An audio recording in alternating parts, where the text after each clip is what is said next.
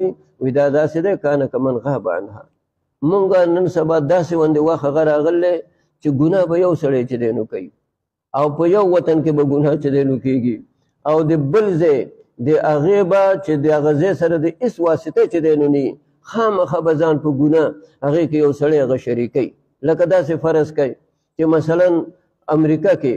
به یو مسلمان هغه سره زیاتې چې دی نو وشه او دې ځای کې یو سړی وي چې اصل کار چې دی نو هغه وشه د ده به هغه سړي سره ورانوي نو دی وي اصل کار هغه چې دی نو وشه نو چې ګوره هغه سره هغه زیاتې شوی دی او دی دلته وي چې اصل کار هغه شوی دی نو دا داسې شو لکه د ده په وینا باندې چې هلته یې شوي نو اوس ستا څه کار دی چې ته دغې ګناه کې ځان شریکوي. دا مثلا د باجوړ کې چې کوم ظلم او زیاتې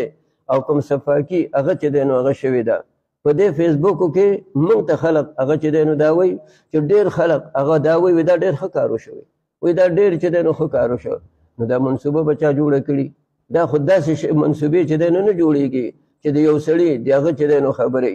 دې له به یو ځای کې منصوبه جوړه شوي د دې دا تاریخ به ورته معلومي چې په دې ځای کې به داسې کېږي دې له به یو طریقه چې دی نو جوړه کړي دې له به یو سړی هغه چې دی نو هغه منتخب کړی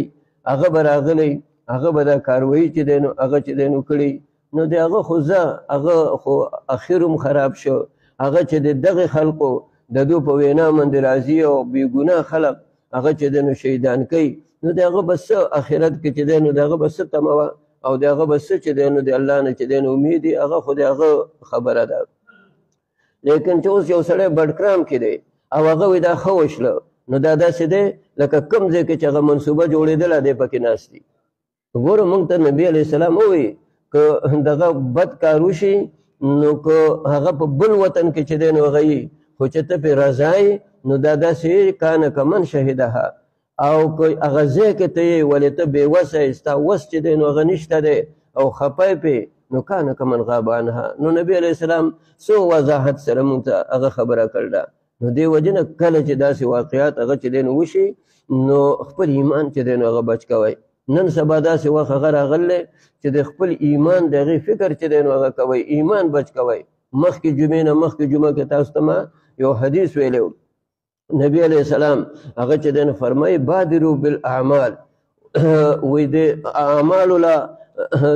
لږ زور چې دی نو ورکوئ په زر زر چې دی نو د عملونه نیکۍ چې دی نو کوئ وایي داسې وخت هغه به چې دی نو راشي چې سار هغه به مسلماني ماښام به کافري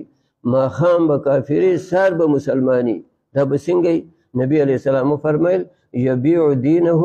بعرض من الدنیا وی دی به خپل دین هغه چې دی نو خرڅوي د دنیا په لږ باندې چې دی نو شي باندې نو دا دین نه به ده یو دغه جوړه کړي سودا به یې جوړه کړي یو سامان به